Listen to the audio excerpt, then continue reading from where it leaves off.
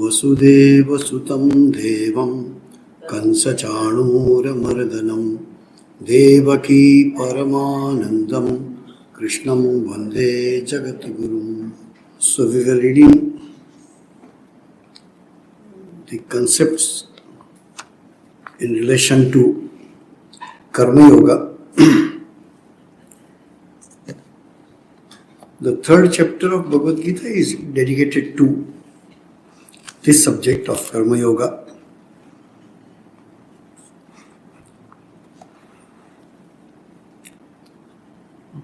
Karma is something which keeps us going, which is necessary to do for the sake of keeping the body also. We eat food, we move around, we do exercise. But mostly, karma has to do with the mind. You do not do anything which doesn't have a purpose. We do not do anything just for its sake. We want to fulfill a purpose. That purpose can be a desire. And purpose or desire is not physical, it is mental. From that point of view, karma has to do with our mind. We do karma with the help of the body, but there are many actions which are mental action. We do with the mind. And if mind is not attached with, the body doesn't perform any action, because body is just an instrument in the hands of mind. So, that without which we cannot survive, that which is what keeps the world running, is karma.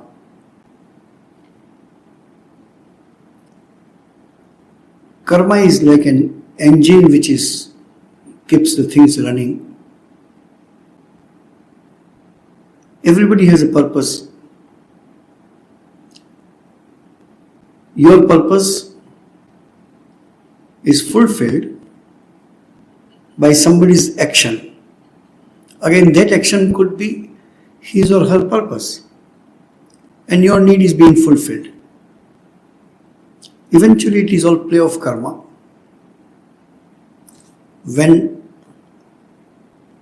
currency goes from one hand to another, it gives result. You gave $10, you got $10 worth of things. Currency doesn't change, it remains the same. Your purpose is fulfilled by those things. To have those things, you give this money to shopkeeper. Shopkeeper wants to sell and make profit. So he accepts the currency and gives you the thing. Currency is just transferring hands only. And with that, whether business or whether life or world is running. But if you see, whatever is happening in this world is the desire of someone among humans. We don't think at this point of time about the animals. But we, the human being, what is our connection with people known to you or people not known to you? This continuous cause and effect relationship goes on. Somebody's cause is an effect of someone. That effect becomes cause from somebody. And this continuously goes on. And that which we call karma. Karma is a continuous dynamism going on. Physical karma we can see. Mental karma in form of desire, unless it is translated into work, you are not able to see it. That's why our idea of karma is only physical. Actually, karma, whole thing is about the mind.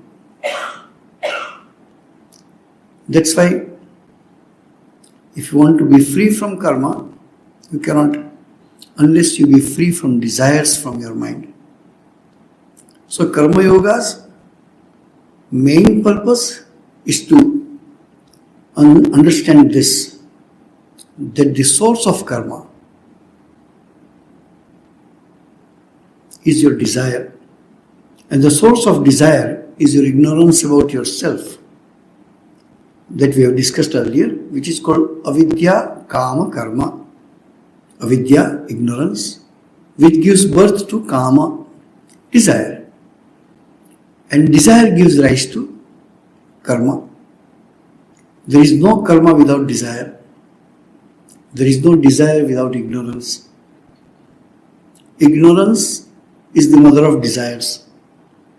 Ignorance about the self. Because we have no realization that we are self, we are Atman, we consider ourselves body, mind, intellect, etc. In pursuit of something that provided if I get that, I will be complete, I will be fulfilled, I will be free from desire. When you enjoy something, when you hire something, when you purchase something, is nothing but you are trying to fulfill your desire. Desire is something, desire is nothing but the result of your feeling dearth of that. If I get this, I will be happy. So you get those things and try to be happy. Then either you are happy or not happy. Happiness may last for a little longer or shorter. Again the mind studies that. No, last time I bought lasted only for this much time. This time I will spend more money and buy some lasting things. Eventually what we are looking for is a long-lasting happiness. In a way, uninterrupted happiness, constant happiness. Whatever we do is for that, you will find. And we try to do that. So what happens? We are never free from our attachment to the objects because we are not free from desires. And we are not free from desires because we are not free from ignorance. But one who knows the self, that is the only thing to be important to assess, better to assess oneself than to assess others. How you assess yourself? How do you know whether you are progressing spiritually or not? Progressing spiritually means going closer to the knowledge that I am Atman. That knowledge. How to know we are going close to it or not? The one and only sign is that your desires will be reduced. Why desire should be reduced? This anchoring that this gives me happiness. And you run behind that object. It may give happiness, it may not give happiness. We have taken many examples.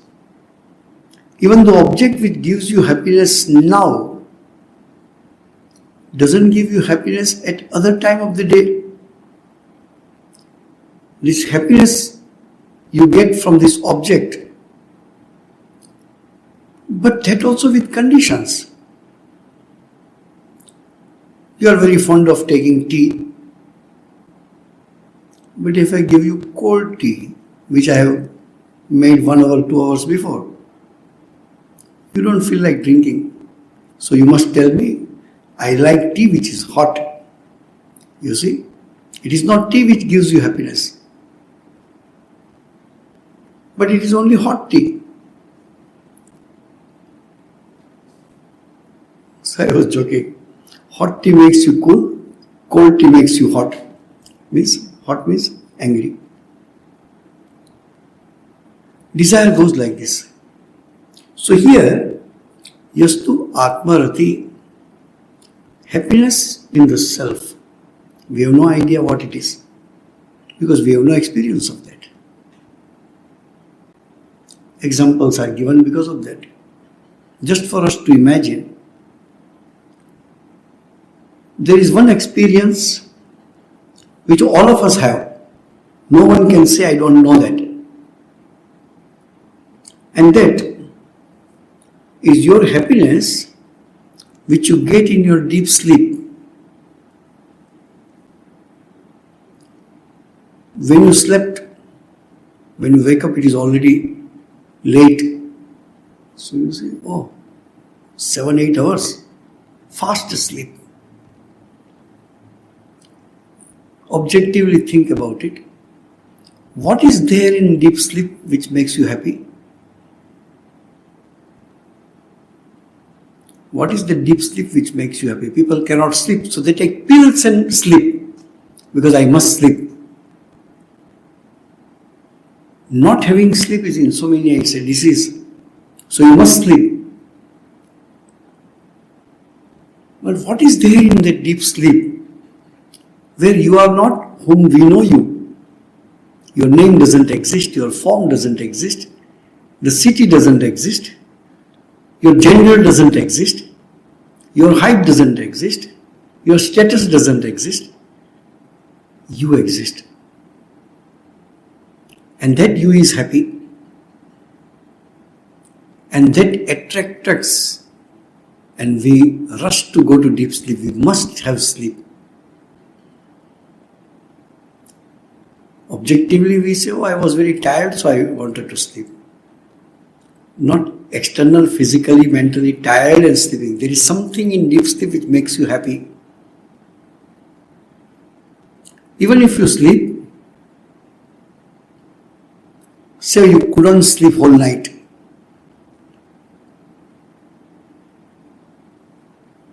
Morning you don't feel any fresh, any happy. You slept, but you were dreaming throughout the night. Still in the morning you are not fresh. You must reach a state where your body and mind both sleeps, becomes inactive. But you exist. And that you are in search of that. How people negatively are in search of that? People take pills and want to go to deep sleep. People take drugs and go to sleep. People drink alcohol and go to sleep. Purpose must be go to sleep. There is nothing more happier than that. You are physically damn tired. Even if I give you best of the food, you say, just allow me to sleep. Company of this person or that person, no, I just want to sleep. You do not want anything of this world. You want only you being alone, without even any connection which you can have with respect to this body. No people, no food, nothing. I just want to sleep. That deep sleep is an object which you should be analyzing in your mind. And best time is when you wake up in the morning, because just few minutes before you are in deep sleep, correct? As soon as you open the mouth, before any other files open, and when you switch on the laptop, tap, tap, tap, tap, your whole screen is full. Before you start remembering anything, even remembering the touch that I am sitting on my bed, no thought should come. Just try to remember what I was in the deep sleep. If you can think that, that will take you more closer than hours and hours and hours of meditation. Because the purpose of meditation is this: forgetting all that is objective, remembering I, the subject. Who am I? That subject. One who gets happiness there And what is the proof of your being happy in understanding that I am the self? You slowly understand that external objects make my body and senses happy. And a time comes when you lose interest in that. Lose interest means an object being the source of happiness. Simple, you can interpret in whichever way you like with respect to any other objects. I like sweet. This example I have given, I like sweet. So you gave me one sweet, very tasty, makes me very happy. Same sweet from the same box. Swamiji, take one more. Oh, yeah, good. I took second also. Then you gave me the third one. I said, no, too much. Then you forced me to take the third one. I couldn't resist and I took because you forced me. Then you want to force me the fourth one. The first sweet made me happy. The fourth or fifth or sixth makes me angry. Make me vomiting, nausea. How it is possible that same sweet, the first was source of happiness and fourth was source of anger. That means happiness is not in the sweet. Happiness is something which, when you take sweet, there is a response from you. Because you had a desire to take sweet, that's why the first sweet became your object of desire and that made you happy. You didn't expect the third and fourth and fifth one. Because it was not an object of your desire, it didn't make you happy. So, Yastu Atmarati, one who is happy in his self, without any object. Objects made us happy or sorrowful or miserable. This happiness is not because of any object. This happiness is just being myself. There is no memory of neither any objective world nor your being body or mind. That's why it is necessary for us to remember when we wake up, what was my experience in deep sleep? Initially you don't have a word to say because you have never thought about it. You must think every day. When you wake up, what I was in deep sleep, what was my identity, what I felt about myself. I was there, no? I was there. Deep sleep was my state. So I was there. What is that me? What is that I? Analysis of that is the real Vedanta. That's why in Hindu scriptures there is no reference of temple, there is no reference of mantra, there is no reference of murti, statue, photo, nothing. Only self. Because that also becomes object of my perception. So somebody asked a nice question. Oh, that means everything of the external world is mithya? Yeah. What about my guru? He is a human being, no? Why I don't consider him also as mithya? It's a very nice description is there. With the help of the mithya guru, with the help of his mithya initiation and mithya mantra, you will be wake up. How you can wake up with the mithya things? Sri Ramakrishna gives example. You are sleeping, you are dreaming. Suddenly you saw there is a tiger in front of you in dream. You started running. Look back, the tiger is chasing you in dream. Tiger came so close to you that you wake up. And you found I am safe in my room. There is no tiger. So tiger was mithya, unreal. His chasing was unreal. Your being fearful about tiger was so unreal, part of the dream. But that false imaginary tiger also can wake you up. Correct? When you woke up, there is no tiger. There is no chasing. Vasishtha is giving discourse. Same Vedanta discourse, unreal world, this and that. You know, all the Gurukulas in the forest, suddenly an elephant came. A story. So all the disciples started running around. Vasishtha also ran. Elephant chased Vasishtha, leaving all the disciples.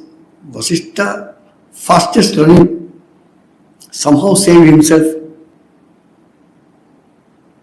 Elephant went away. Vasishtha came back, disciples came back. Again he started, world is unreal. So one disciple can't contain. He says, sir, don't say all these things. Elephant came, you are the first person to run. This is a very fine logic here. Vasishtha gave an answer, you will laugh, I know. But you have to go to the standpoint from where he says. Vasishtha says, for you, the external world is unreal. The elephant is chasing and me, all the three of us are part of your dream. From that point of view, for you, neither elephant is real, nor his chasing is real, nor me. None of us are real. As in the dream, tiger was chasing you. When you woke up, there is no tiger. In the same way, when you take it objectively, these are the logic which doesn't allow us to understand. Oh, so what? Sri Ramakrishna also used to eat what? I am also eating what? What is the difference between me and him? When this type of argument comes, we say, no. You and Sri Ramakrishna are the same. Okay, thank you. And I go, no point of arguing. If you consider Sri Ramakrishna as part of your object, as everybody in this world, he is one of them. Correct?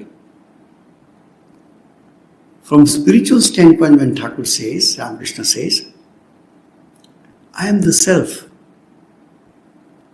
You will find all the hymns and stotras written by the disciple.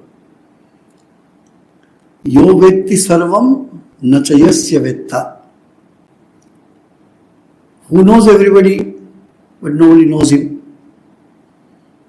Remember the slokas in Kenopanishad. Yan manasana manute yenahur manomatam. About whom the mind thinks.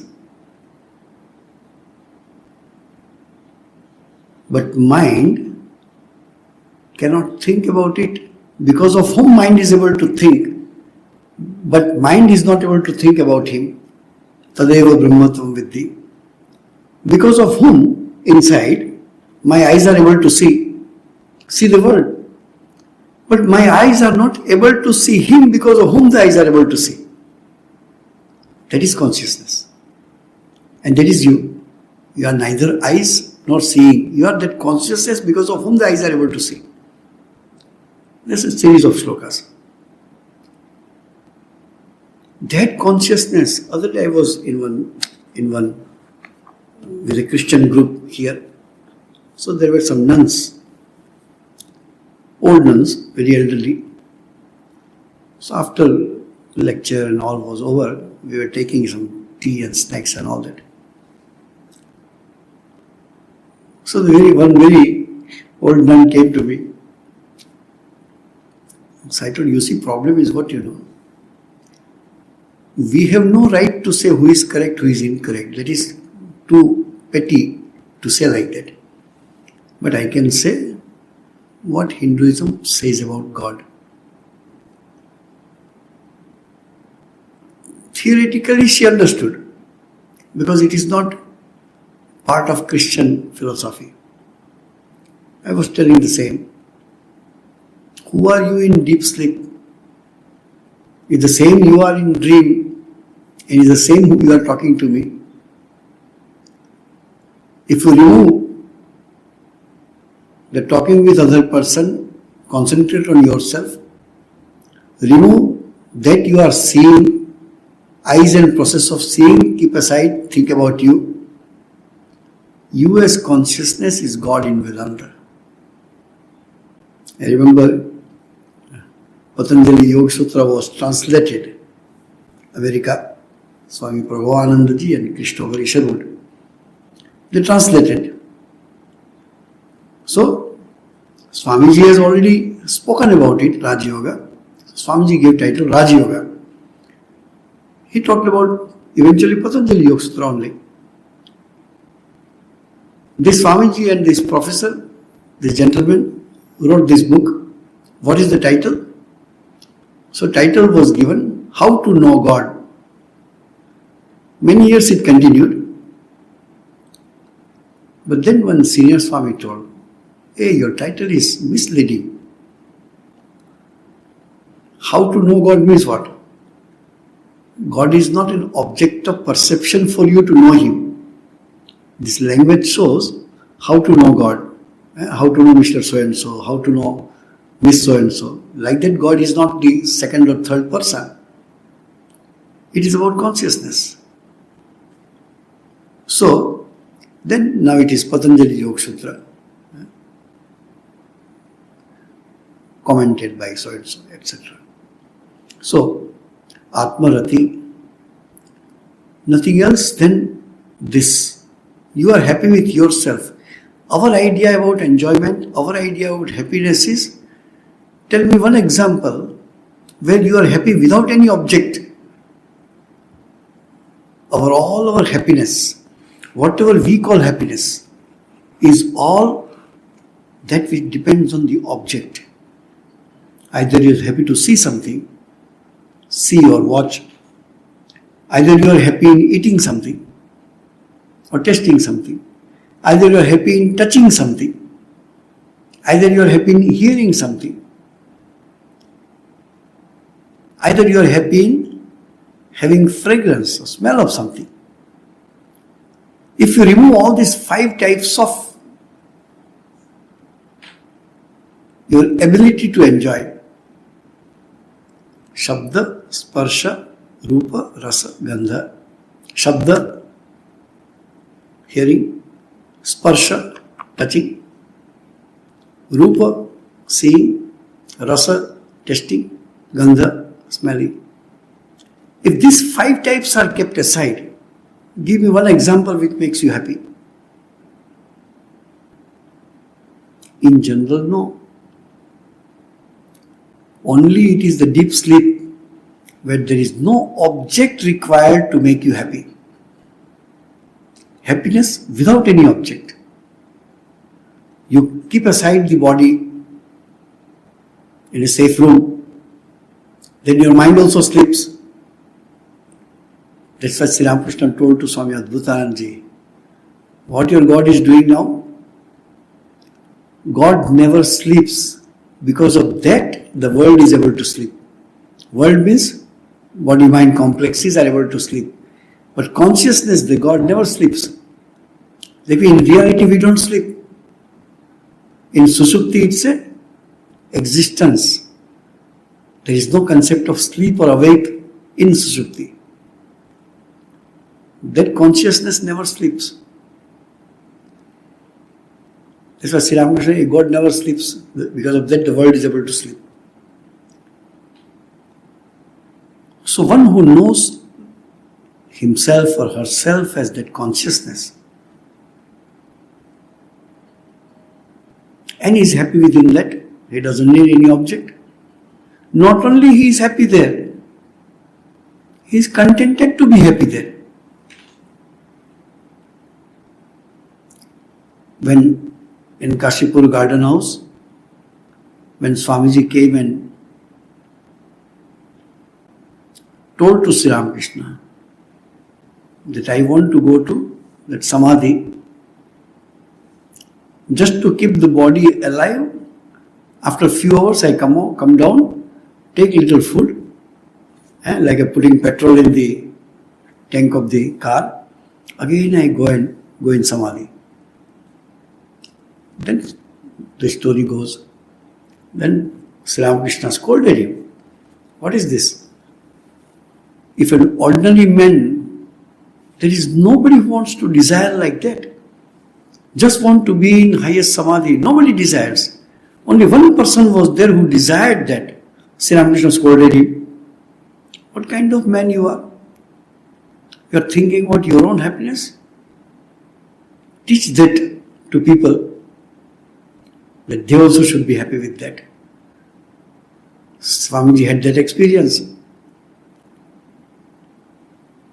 Lying down, today is Advaitanandaji's birthday. Advaitanandaji went and told to Sri Ramakrishna, Naren is dead, he is not moving, no pulse, no heartbeat. Sri Ramakrishna laughed and told, let the rascal be like that for a while.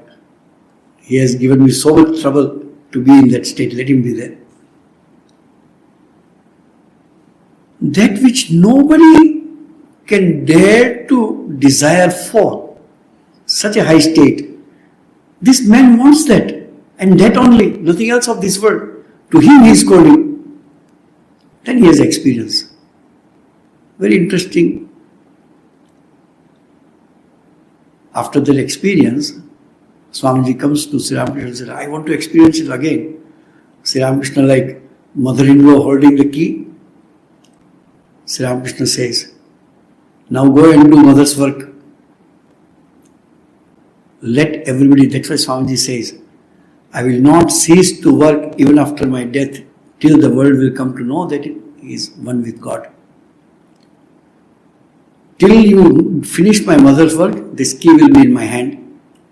I will not give you to open that box. That means you will not have the experience till I want you to. And then says, you will have that experience. When you will have again that experience, you will not be able to contain yourself in this body. And that Swamiji had premonition all the time. And he long before told, I will not see 40. Because he knew, when that experience came, don't disturb me, I will be in meditation. His attendant went, Swamiji started meditating and passed away. So, Atmarati, Atmatripta, to be happy in oneself, to be satisfied in being happy in oneself, and Atmanyevacha santushta, and he is contented. For example, you have this phone, yes, I have this phone. Are you happy with this one? Yeah, good phone, but now next model has come. That means even if I have a phone, my desire is for the better, higher, this and that. Not only I am happy with that, I am satisfied with that. All my function, whatever I need is, this machine is fulfilling. Just example sake I am telling. So I am happy with that. I am satisfied with that, and I am contented with that. I am not desiring anything more. That is the idea here. That once you realize that state, other place Sri Krishna says, nothing more than that exists to be realized. Once you realize that, not only you are happy, you are satisfied and contented with that happiness. You don't look for anything higher. Yam labdva na aparam labham manyate nadikam tata.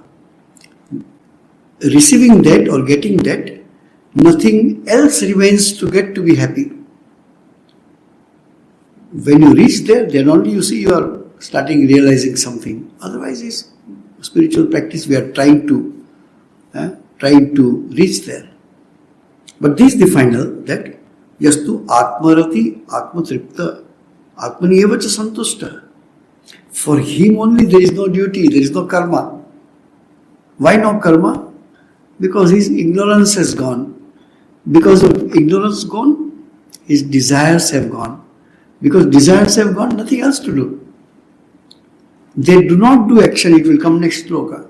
They do not do anything out of desire. Keep on doing without desire. Nothing to achieve out of that. Though in a little diluted manner. But when you do a voluntary service, when you help people, if you have any idea of getting benefit by that, then it is not seva. When you do not want anything from them, not even name and fame, not even appreciation, not even a smile from anybody. I just want to help people. And people keep on doing that without any expectation from anybody. So when he says tasya karyam na vidyate, that person's duty vanishes. There is no duty. Our duty is out of guilt. It happens many times. How to give example? Long before, in 2001-2 when I came, we had many boys.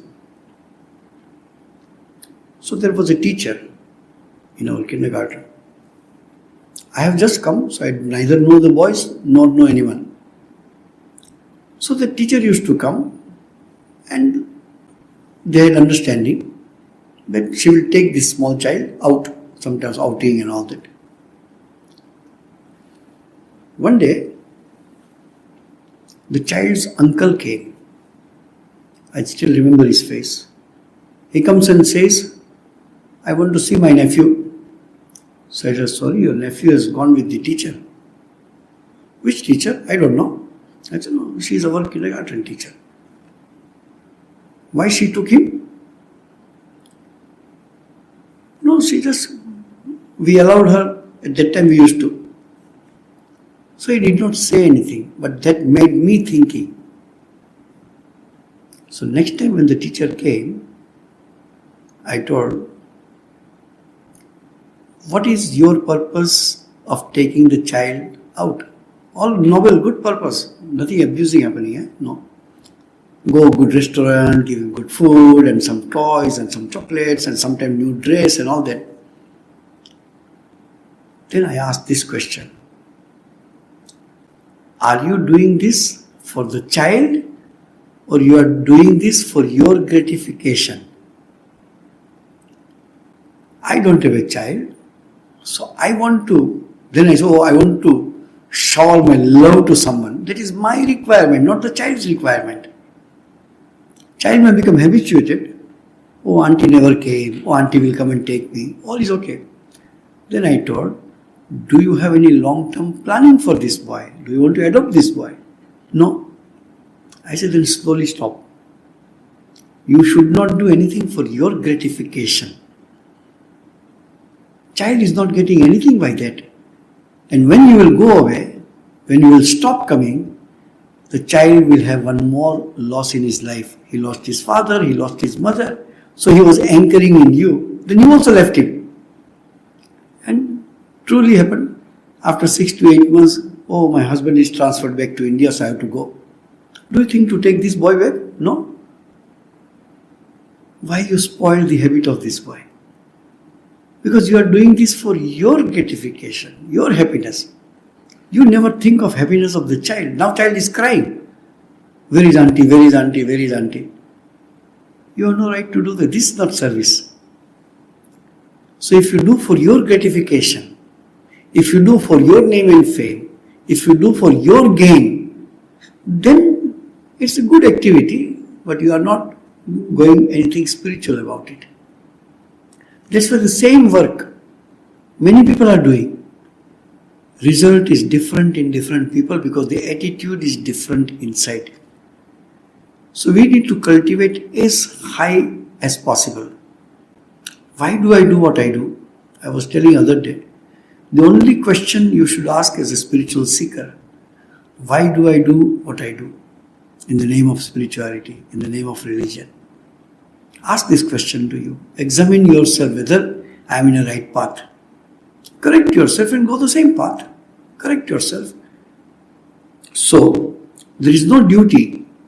Duty, Swamiji says, Swami Vivekananda says, duty is like a scorching sun which burns. Seva doesn't burn. Duty if I don't do, I feel guilt. Duty if I don't do, and duty comes from where? Duty comes from this. that, oh, if I don't do then, I won't get that. There is a small guilt that is called Maya.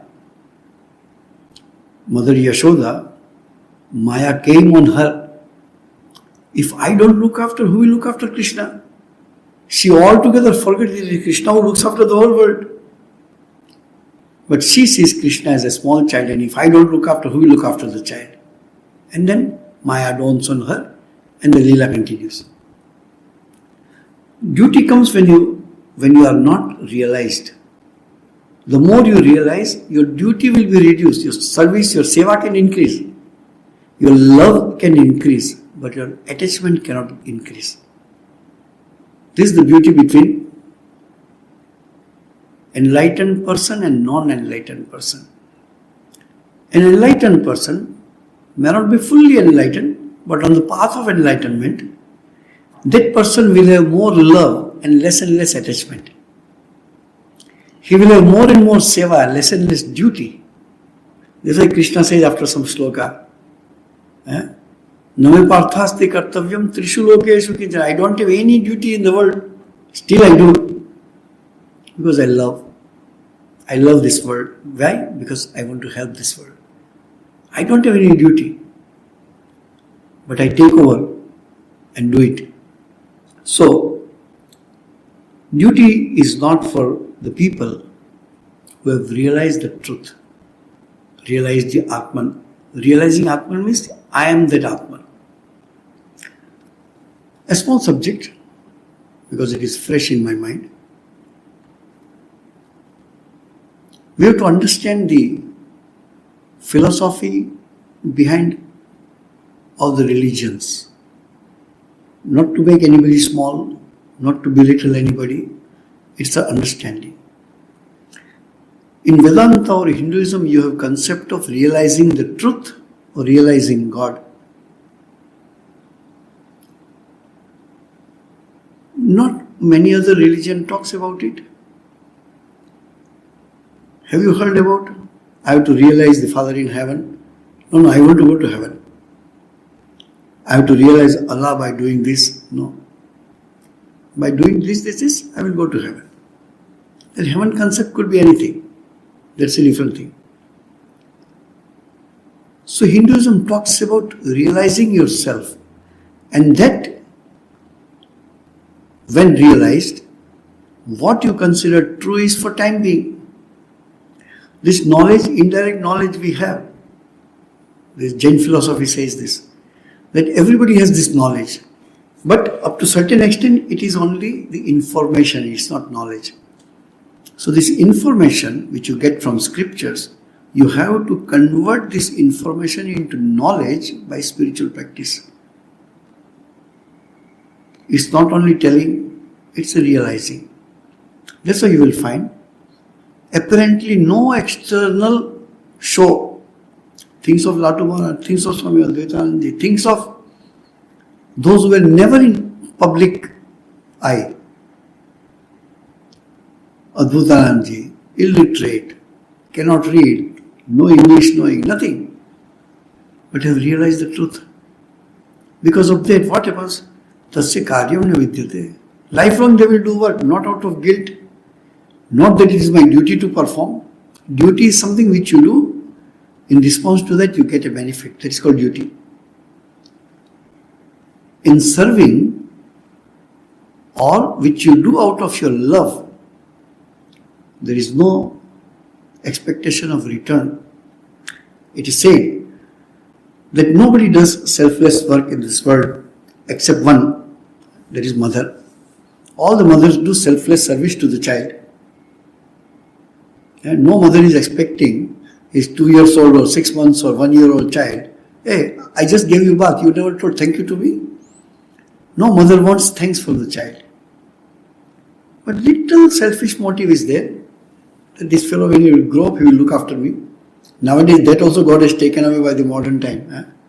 Modern time, most of the parents say, Swamiji, it's okay my son, we don't expect him to do anything for us.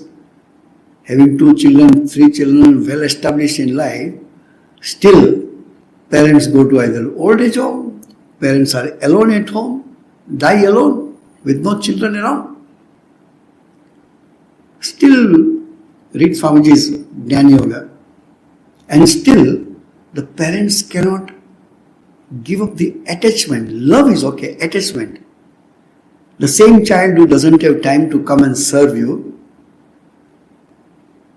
has got 3 months leave to come and settle the property. Correct? This I have seen by my own eyes. The person is in hospital, lying down, nobody to attend to, big money, big condo in one of the center place in Singapore. His brother somewhere in America telephoned to us, Swamiji, my brother is in hospital, can you please go and see? Okay, we go. We don't need anything. So we went. When we went, we found that he is already gone. So we say, we don't touch. We just stood there, very little, came out, told the nurse, I think he is sleeping, not responding. But you can keep a check. The maid servant was standing outside. Then by the time we came out, we heard the maid servant cry. Nobody to attend to him. Nobody to come to serve. As soon as he died, people came, took leave of 2 to 3 months to settle down few $1 million property here. You could have spent those 3 months in the last few days of your own people. This is the word. But Swamiji says, Maya is that in spite of knowing your attachment, your love can continue, not your attachment. Attachment is you're expecting him to come. But this is how the world goes. So before, when we are still okay, we must develop this detachment in our mind. The only one word to remember as the essence of Karma Yoga, Sri Krishna also says that is detachment. Eventually this is dream. You realize the truth, that is a permanent your existence, where you always want to go back. When you wake up in the morning, what comes on your head first? Oh, I have a duty. I must go to office. I must go to this, do this, do that, do this, do that. Tired. What you do? Take some little food and throw yourself in the bed. Go to deep sleep. Again morning wake up. Again work, tired. Again throw yourself and go to deep sleep. Duty will haunt you. Love doesn't haunt. Service doesn't haunt. Many times when we talk about this and that, we may not be individually the ideal of all this. We don't claim to do that. But many times people say, Swamiji, we have a small house and all that. You have to look after this big ashram. Then also you collect funds and money is lost and then account is doing so many things you do. What is the difference between you and us? And the difference is here only. One SMS is enough for me, one WhatsApp message enough for me. Okay, Swamiji, thank somebody. I hand over the charge and get lost. Can we leave your house and go somewhere? No. Idea is, if you are inside detached, perfect, there is nothing wrong. There is nothing wrong to be in a householder's life. But if detachment is not there, then that binds you. Even here, if I am not detached, this is a bigger Maya for me, correct? No. I have to be detached. No Swami in last 94 years ever told that this whole property belongs to me. No. We look after this property. Once we go, we go. I may have a phone, at the most a laptop with me, few books, few clothes, and we go. Idea is this. Detachment is the watchword, and the duty doesn't belong to the person who has realized the truth. So the goal is to realize the truth. Some more slokas about it, we shall take it in the next class. Om Shanti Shanti Shanti Harihi Om Tat Sat Sri Ramakrishna Arpanamastu.